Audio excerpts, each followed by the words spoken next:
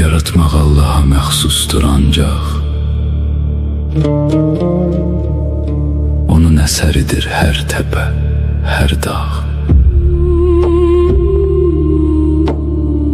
Məgər bir möcüzə deyilmi torpaq? Nə qədər üstündə yaradıb əsər.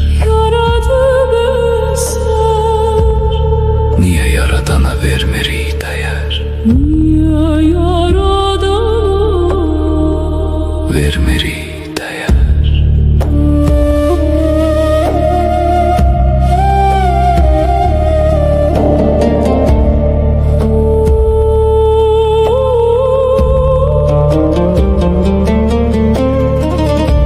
Yaradıb dağları, yaradıb düzü, xəlq edib bizim üçün gecə gündüzü. Gecə gündüzü bəxş edib yazmağı, bəxş edib sözü.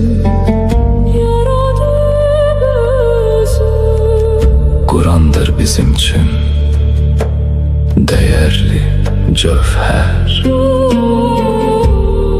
Niyə yaradana vermirik dəyər? Niyə yaradana